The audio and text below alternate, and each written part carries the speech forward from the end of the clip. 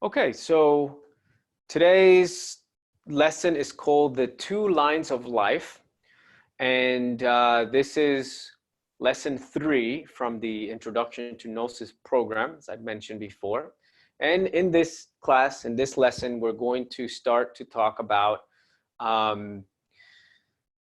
something that a lot of you are very familiar with, and it's all over the internet and all over. It's a very common concept now in spirituality. It's called the law of attraction. Okay,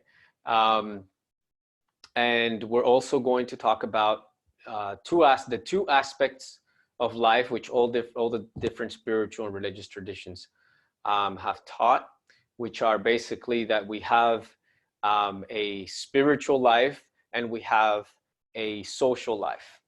Okay, and those are in essence the two lines of life. Okay, we can say the life of the personality, the life of my physical personality, and we have the life of the spirit, the life of the consciousness, and that includes our psychological aspect. Okay, and the secret teaching within this class is that the life of the personality, your horizontal life, okay, your social life, your physical life, okay, is all the result of your internal life. Okay, in other words, the physical life is the expression of the spiritual aspect within us. Okay, and so that's the essence. If you want to change your life, then you must begin by changing yourself, right? If we want change in our life, we need to begin to change our way of thinking, our way of feeling, and obviously our way of acting, which is the expression of our thoughts and our feelings, right? Most people think that in order to change our lives, we have to make external changes, right? Which is also true. But the most important change that we need to go through is internal change, right? If you want to become a lawyer, if you want to become a doctor, what is the first thing that you have to do? You have to know how to be a doctor, which invites you to learn, right, about or to gain insight into the knowledge that doctors have, right? And so a doctor is not, or you can say that a doctor is not just someone that has, that wears a robe, right, a white robe, and has a title on their office, but it's someone that has embodied a certain type of knowledge that now allows them to manifest a different life. Okay, and so then this is why in the beginning of this, Samael Veor, the Gnostic master, invites us to reflect. Who are we? Where do we come from? Where are we going? What are we living for? Why are we living?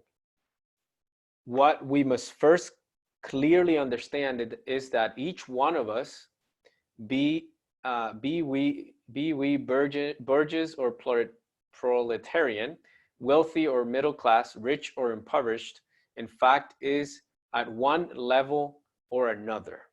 Okay, at one level of being or another, sorry. And so our level of being is what defines or what creates or what attracts the various circumstances of our lives. Okay, so our level of being is our level of, you can say, our ethical level, a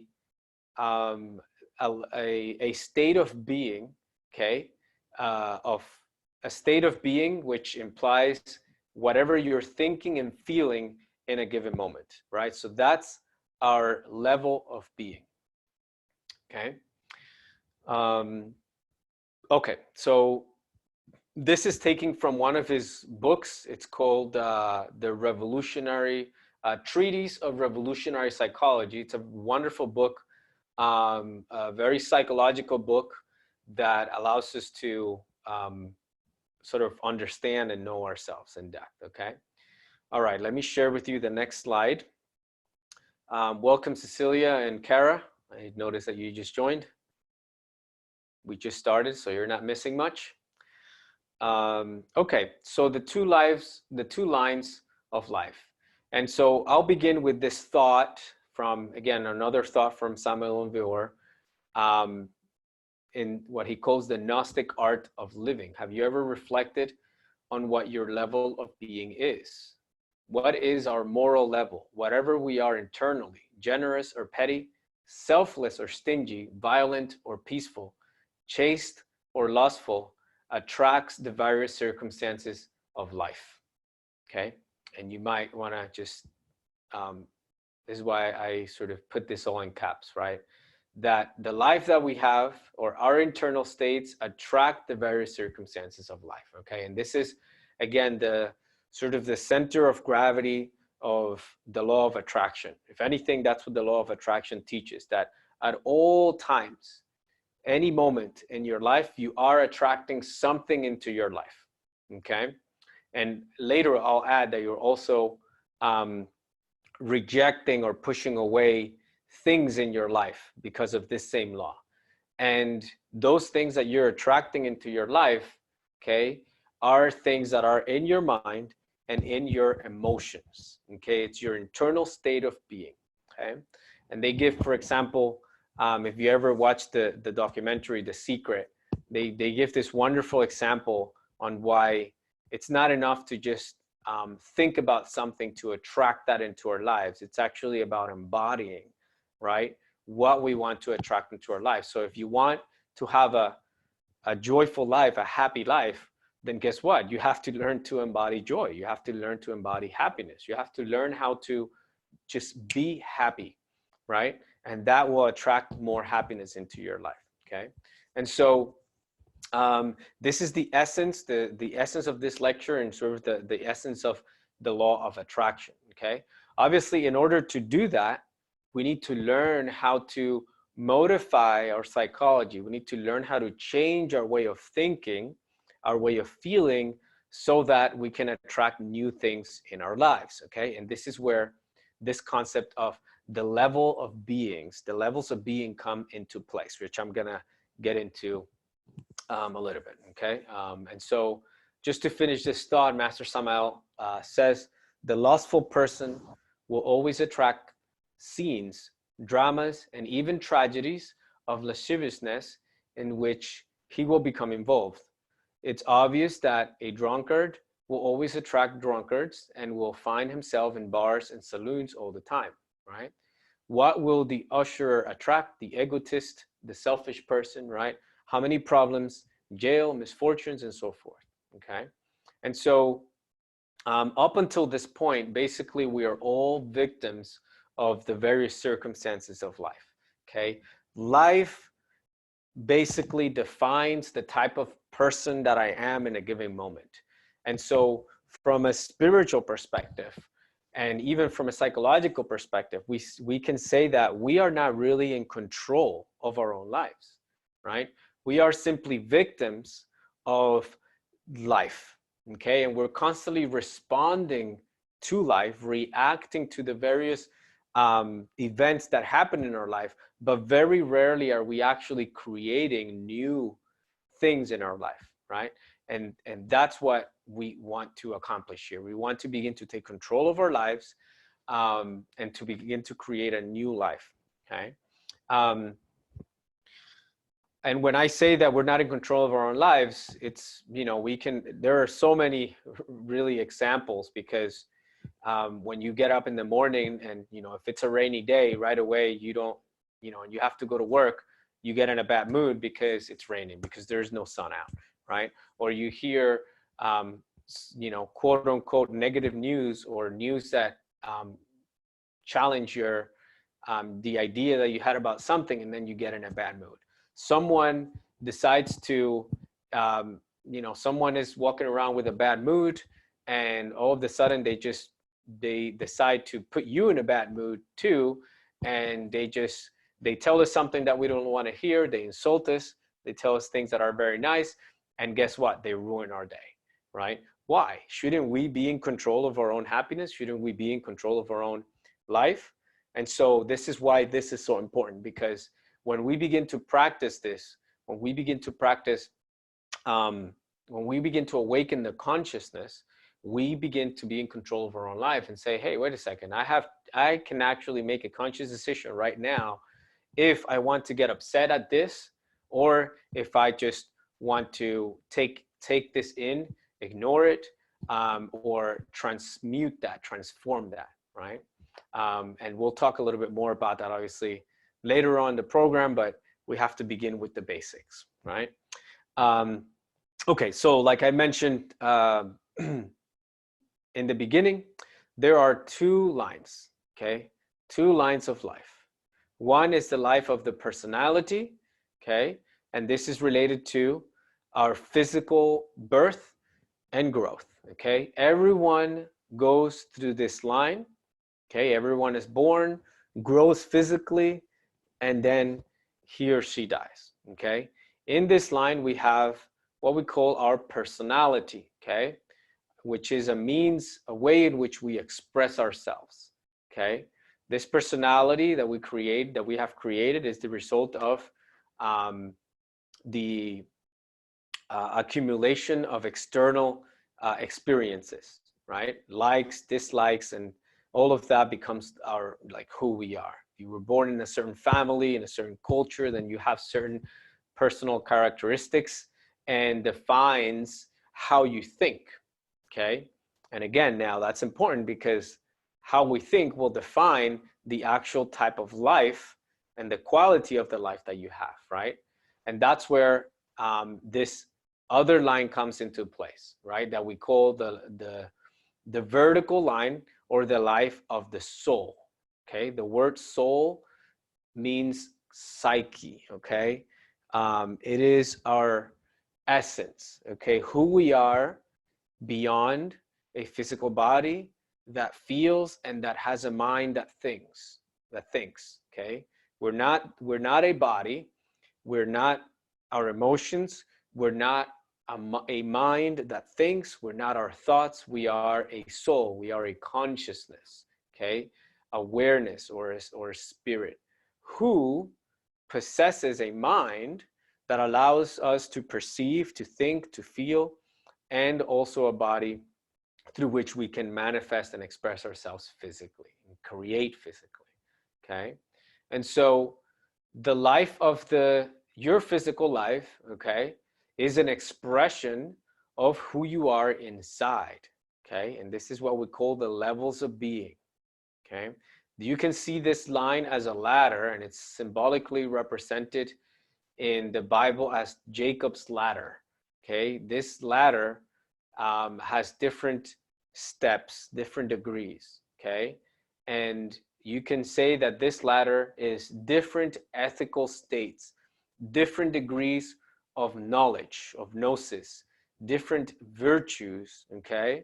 Or different degrees of ignorance, different degrees of vices, okay? We have all of this within ourselves, right? We have a certain knowledge, okay, about we know many things about many different things, okay, and all of those concepts, all of that knowledge influences the person that we are here in this physical line, right, in this physical life, okay. And you will notice that the main concept here is that inferior levels of being attract negative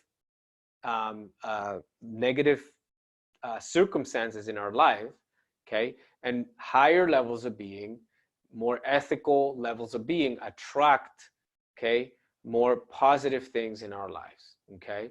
And when I say positive or negative, I'm just using this as a reference point right now, because ultimately it is up to us to perceive the various events in our lives as positive or negative, right? Because sometimes what we consider to be a negative event in our life can actually be a very positive event, because it puts you on, a new path, a new journey, right? But we can say that in relation to the one universal source of all goodness, okay, of all being, is love, so in relation to love, in relation um, to happiness, to growth, to peace, in relation to that, there are levels and levels of being. So we can either be closer to that or farther away from it. Okay. And so this ladder just basically explains or shows us that the closer that we are to the source, the closer that we are to our true being, to our true essential, loving, compassionate, peaceful nature, okay, the better that the more harmonious that our physical life is going to be. Okay. And the farther away from that source that you are, okay, you're going to experience more suffering here. Okay. So the closer that we get up to the top, the closer that we get to manifesting happiness, joy, abundance in our lives. Okay. And the farther away that you go from that, you attract the opposite. Okay. And so then basically that requires a particular type of psychology. Okay. This is why I have here at the point in which these two lines meet, we need to bring in the fourth way psychology, which is a concept that we studied in our previous lesson, lesson 2, when we talked about the 4 ways. And we said that the fourth type of person is that one which tries to find illumination here and now.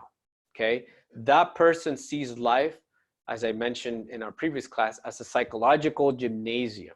Okay. In other words, every moment in our life is seen as an opportunity for us to grow.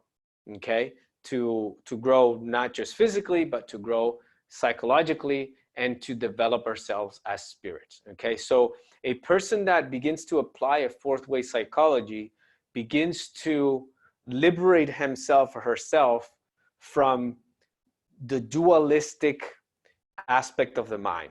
We begin to transcend duality. We begin to see every circumstance in our lives as an invitation to develop something within ourselves.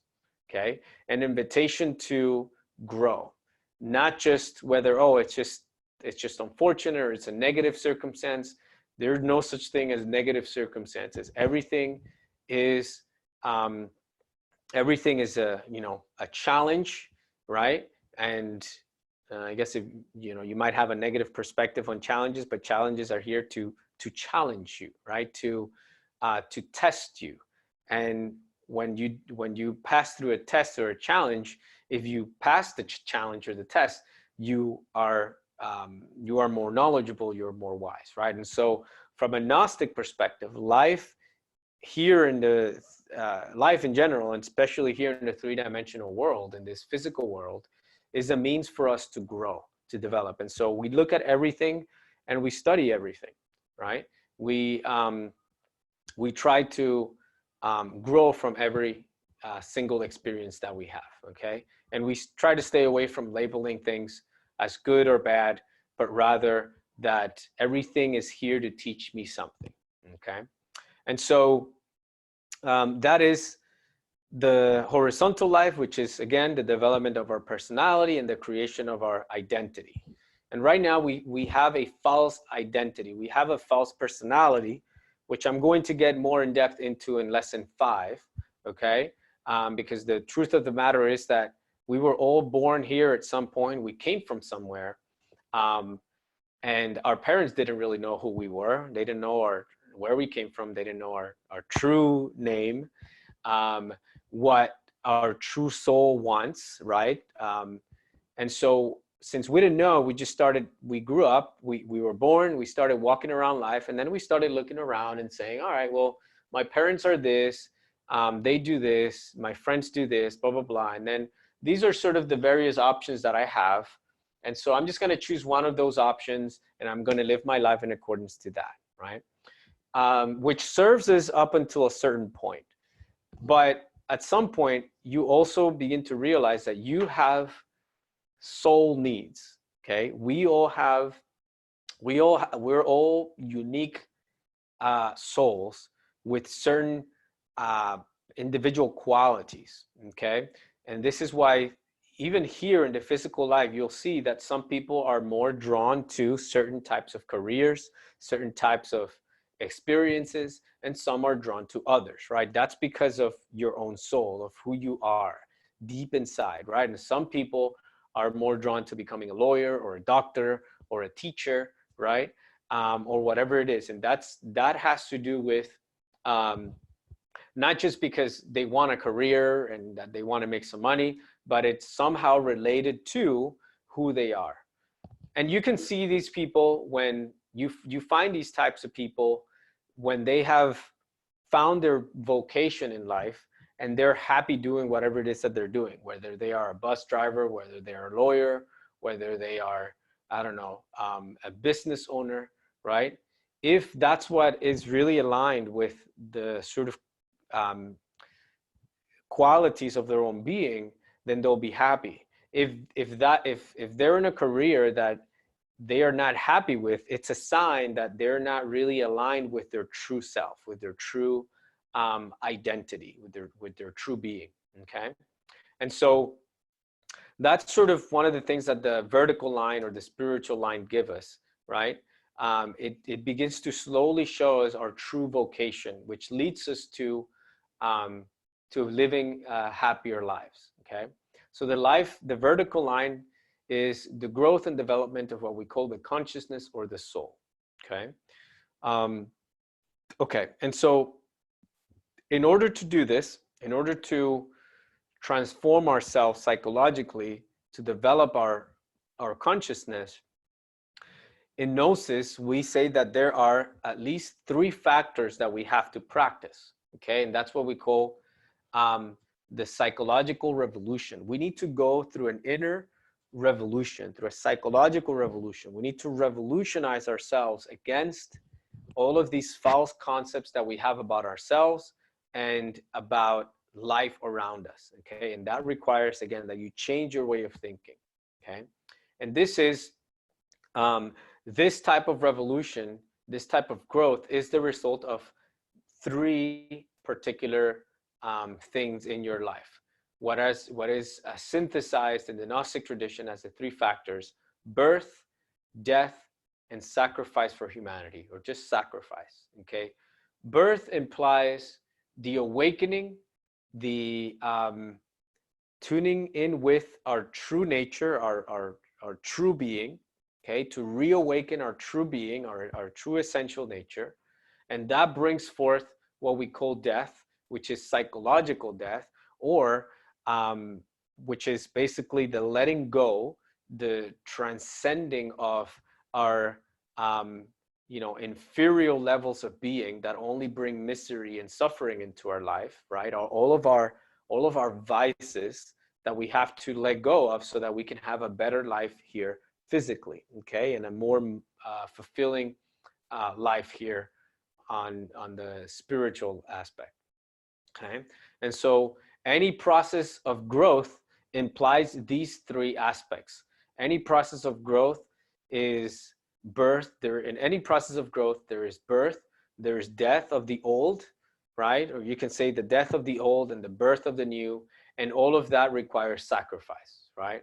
We all need to practice sacrifice, okay? Because anything that comes in our lives is the result of this law of sacrifice, which is also referred to as alchemy in different traditions.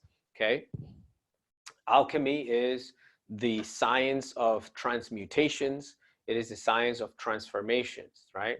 It is a process through which we um, um, mix different substances and we create something new because of that. Okay, and here what we're doing is we are creating a new person within ourselves by bringing in new concepts, new ideas, new states of being, new levels of being, that when they meet our current self, it creates a mixture which brings something new, right? And so that's what alchemy is. And so you can say that Gnosis is also alchemy, and we'll actually talk about precepts of alchemy But ultimately, this is what we're doing. In alchemy, they were always talking about, or sort of the goal of alchemy was to create gold, right? To transmute base metals into gold. And spiritually speaking, what that means is to transmute, to elevate our level of being into a higher level of being, closer to the light, closer to the sun, which is what gold represents. Gold is that light, right? Spirit energy, okay? And so through an internal process of what we can call psychological alchemy or inner alchemy, we can become new beings, okay? This was the main teaching of Jesus and all of those spiritual teachers, right? Not just Jesus, but the Buddha, right? Because all of them represent that spiritual master, that inner, not just an external spiritual master, but they all represent the light that we have within ourselves, that inner sun, right? Which is why the word Christ comes from the word Christos, which is the Greek Christos, which means sun. And all of the different traditions always worship the sun, but not the physical sun, right? They worshiped the light, right? The sun was just a symbol of God. It was a symbol of the light, wisdom, of life that comes from the sun, right? All of that. And so the Christ in Gnostic terminology is the psychological prototype of perfection, right? He is that inner archetype that teaches us how to be perfect, psychologically perfect, how to become better and better and better people, okay? This, obviously, this archetype, this archetype has always been represented in the different mythologies as the, the solar hero, right? He is the one in the Matrix, right? And he's really the one in all of the different spiritual traditions. That's why in the Gnostic tradition, we listen to Jesus, we listen to Moses, we listen to the Buddha, to Krishna, to Muhammad, because they all were beings that at some point in their lives, they were able to tap into that inner source of light and kept that connection. And that light allowed them to grow and to now become, to embody love, to embody wisdom, and to teach others ways of how to do that, right? And so if anything, in Gnosis, we look at the different spiritual traditions and religions as different formulas, different paths that allow us to get to the same source, which is God, which is the light, which is the absolute, the Tao, whatever name we want to give it, right? These three factors were symbolically taught by Jesus when he said, "Whoever wants to be my disciple must deny themselves, take up their cross, and follow me." Okay. What does the Christ represent? Again, the Christ represents that inner source of wisdom, of light, also of sacrifice, right? The sun sacrifices itself, you can say, by giving light and giving his life unconditionally to everyone around himself, because herself, because the sun is a planet that's a being, is an organism, he's a soul, right? And so we have to follow the path of sacrifice, is what he's saying. That's one of the factors. The other factor is deny yourself, meaning let go of this false identity, of this false personality, this false sense of self that you have. You have to let go of that. You have to die to all of that, which are usually symbolized by the different demons and the devil in the spiritual traditions, right? All of those are archetypes that we have within ourselves. We all have an inner Jesus. We all have an inner Buddha. We also have an inner God. We also have an inner Satan. We also have an inner devil. We have demons and devils within ourselves. All of those inner devils are vices, right, that harm yourself with those actions and harm others around you, right? And so we all have these demonic and divine qualities, as it is taught by Krishna in the Bhagavad Gita, in the Vedic and Hindustani traditions, right? So that's the death factor, right? And then the birth is related to alchemy, and that's the cross. It's the crossing of substances, right? The crossing of the positive and the negative, the crossing of the spirit with the physical, right? That's why we have this line here. Okay. Um, okay, and then in order to do that, Master Samael gives us a wonderful key that we will obviously explore throughout this course, which is the key of self-observation. We need to learn how to observe ourselves. We need to learn how to become our own psychotherapists, our own psychologists. Okay, we need to learn to see ourselves objectively, to recognize the things that we have within ourselves that need change, and then change, right? And the process of changing, again, is through different techniques, okay? Mindfulness, meditation, and we'll go through all of those. But first, we need to learn how to observe ourselves, okay? And so that's why Samuel Weir says, how could anyone who does not know himself modify his circumstances? How could anyone who has never observed himself internally know himself? By what means is one able to to self-observe if one has not previously divided oneself into observer and observed? Okay?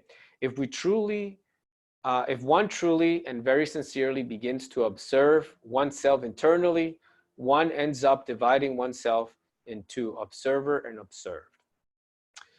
If such a division is not produced, we will certainly never take the step forward on the marvelous way of self-knowledge. Okay, so we need to learn how to observe ourselves. And when he says divide ourselves into observer and observed, we're basically taking a moment to observe those things within ourselves that we want to change, to study them, right? And in that process, you feel this division that happens of me, the awareness that is now observing something. And so you are the observer, and your personality, your thoughts, your emotions, your behaviors are being observed, right? And that is what happens when we practice mindfulness. When we practice mindfulness, you'll notice that all of a sudden there's this extra layer of awareness of this I am, and what I am seeing, what I am observing, what I'm hearing, what I'm feeling, what I'm perceiving, right? And we'll get more into this later when we get into mindfulness. But I just wanted to give you guys that tip so that you can begin to observe yourself and begin to ask yourself, okay, I just did this. How did this feel? What did this create externally in my life? Did that bring me closer or farther away from someone? Did that bring about joy or to my life and to others, or the opposite of that, right? So all of that forms part of self-observation. Self-observation is to observe the self, to observe ourselves, to, you can say, consciously begin to, or to become conscious of your thoughts, to become conscious of your feelings, obviously of your behaviors, and that will begin to give you insight into who you are. And once you have an idea, a clearer idea of who you are, then you can begin to change, right? Okay. So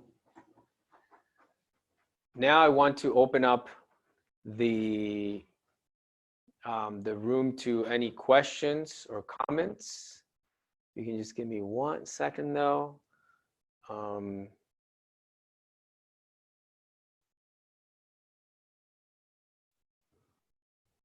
Okay.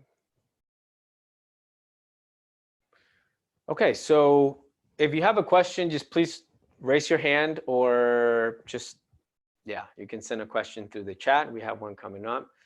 Can we stay here all day? I will. But unfortunately, no. We will plan retreats though later on. So once all of this is over, we can hopefully meet and do some wonderful retreats. Okay, question. Is meditation the key to learning the observer and observed? Yes and no. But meditation definitely helps us to begin to reach that state of being an observer. Okay. Ultimately, though, you can begin this right now. The key is consciousness, bringing awareness right now in this moment, right? Just by asking yourself, where am I? You feel yourself, okay, this is me, and this is my environment. In this moment, you are the observer, and this is what's being observed, right? And so, but that, of course, that requires, you'll notice that as soon as you ask yourself, okay, where am I? Okay, this is me, I'm here. You can stay on this state for a moment, and then a thought comes and takes you away from this moment, right? And so the key is in learning to concentrate the mind, to focus the mind, okay, on something long enough to be able to become one with that and to comprehend that, okay? And that's exactly where meditation comes into place. Meditation helps us in training our mind and training our awareness to be receptive and to know. Okay. There's another question. Was it difficult for you when you first started this process? I can't say that it was difficult.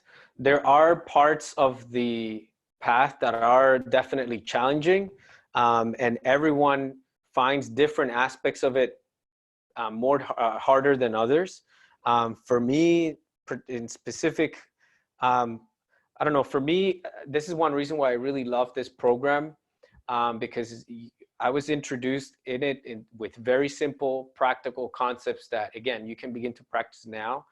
And I believe that everyone has the ability to do this. But again, you know, I mean, some of us have, you know, maybe are more distracted than others and so forth. And, but all of that has, you know, you can train yourself. So for me particularly, this path has never really been difficult. It's been challenging for sure.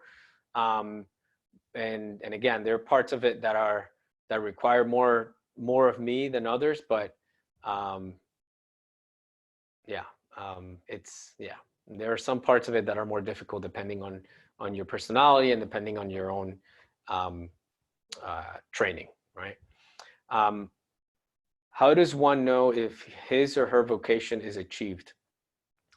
Well, to begin, in the words of Joseph Campbell, follow your bliss. If you're doing something that's really making you happy, then you're most likely on the right path. If you love what you do, if it brings joy to others as well, then you're most likely on the right path. There is really not a specific science on how to figure it out, but it's our vocation is something that we enjoy doing, whether you're getting paid or not. It's something that you love, is actually part of your path. It challenges you, it helps you grow, and it helps you give back to others. So if you're practicing the three factors of the consciousness in it, then most likely you're in it. If you're not enjoying what you're doing, if you're not happy, then that's a sign that might not be your path. Okay. Okay.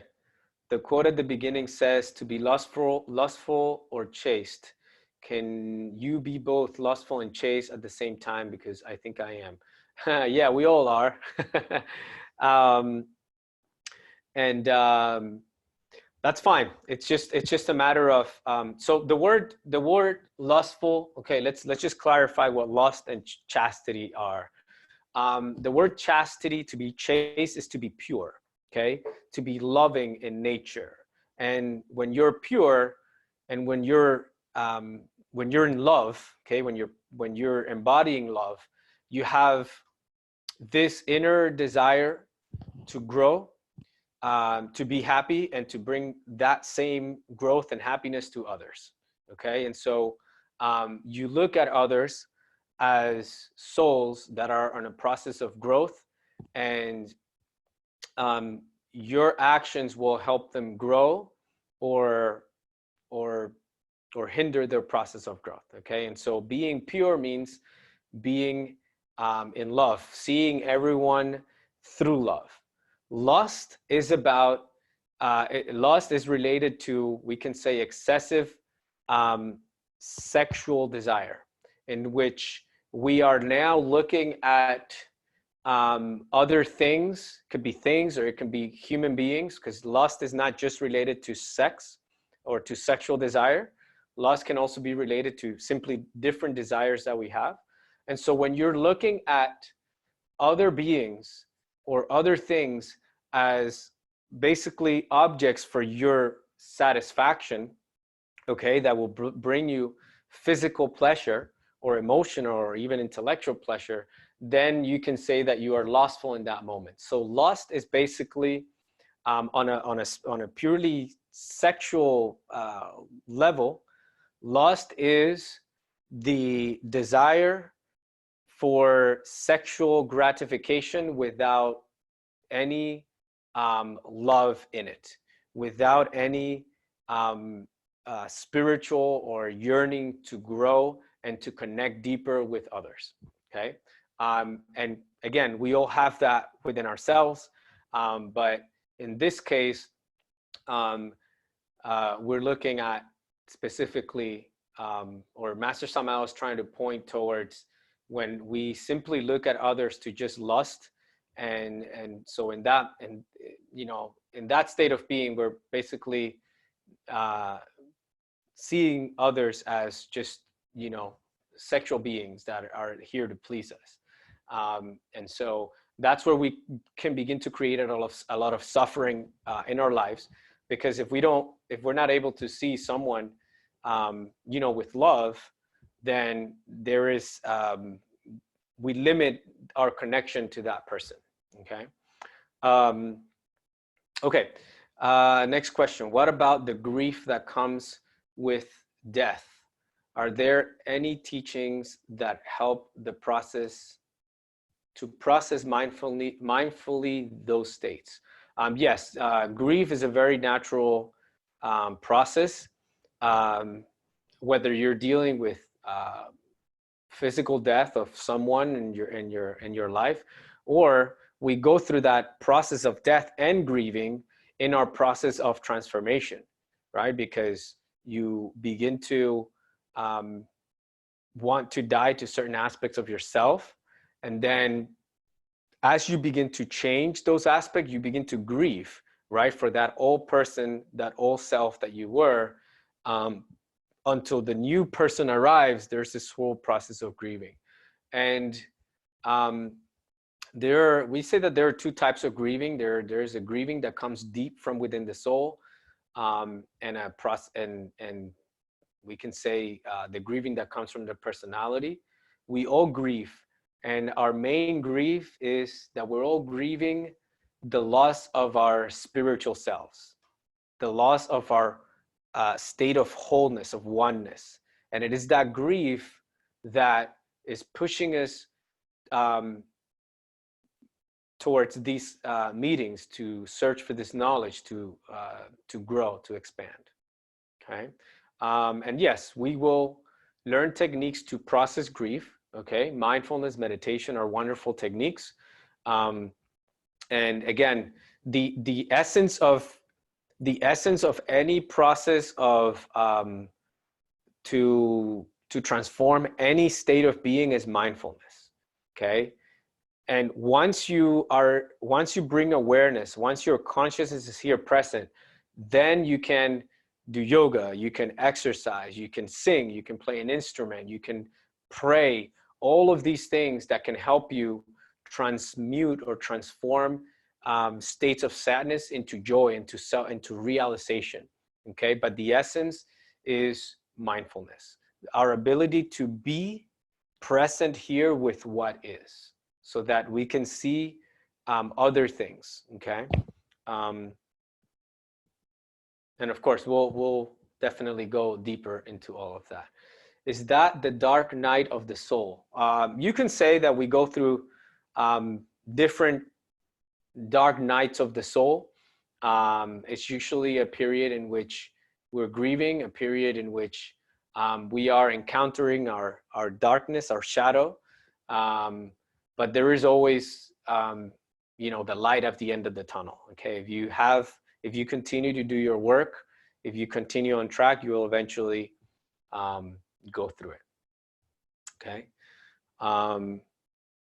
Question: how does following your vocation interrupt that level of happiness by having an obstacle that takes you out of your comfort zone? Do we have to face that obstacle when presented in order to achieve happiness, or can we ignore that obstacle to continue our path to happiness?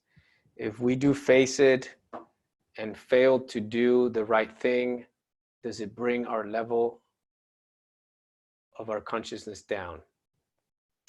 Okay, so there are kind of like a couple of questions here. Like return, like you'll keep getting the same lesson. Yeah. Yeah. So Ashley is saying that it almost sounds like when you keep getting the same lesson over and over again.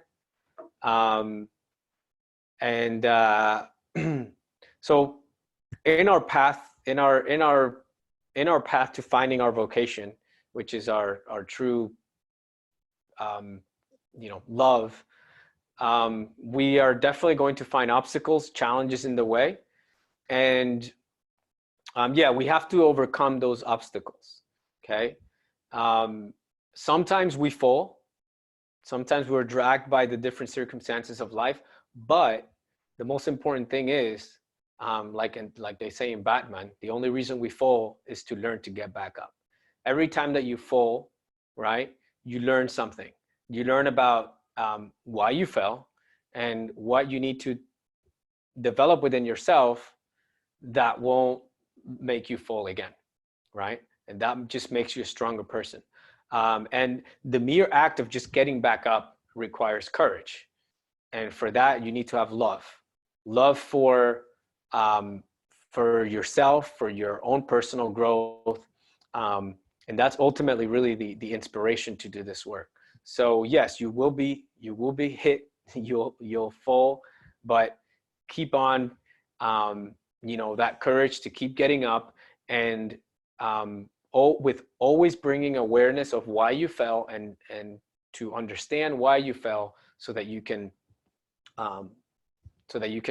get past those challenges the next time that they come around, because they will keep coming, right?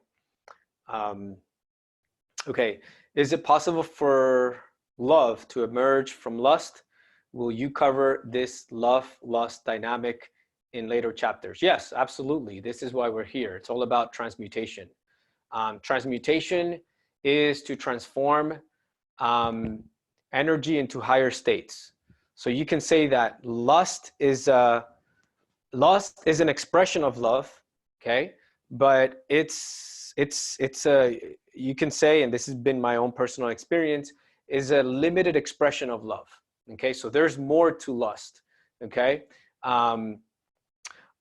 and unfortunately, I think most of us always think of lust as, or have a very limited perception of lust, which is that it's just sexual desire, or just desire in itself. But there's more to it, and there is more to love than like you can actually embrace your partner, okay, and make love to your partner without lust, okay, and you'll still have um, your biological sexual appetite, okay. So we have to learn to begin to distinguish what lust is and what a natural sexual appetite is, because just like your body craves food, okay, it craves different types of foods. One of those foods is um, the sexual activity, okay, and so it's very natural. So we shouldn't confuse a natural sexual appetite with lust, okay. We lust can come in and take use of that moment and that energy, or love can come in and use that energy to connect deeper with your partner and with yourself and with God, which is why we'll talk about Tantra and sacred sexuality, because all the different spiritual traditions talk about, you know, matrimony or marriage as being something sacred and something that can get us closer to our own being and to God. Okay, so um, yeah, hope that answers that. And yeah, we'll definitely get through all of that in different as we go in the course.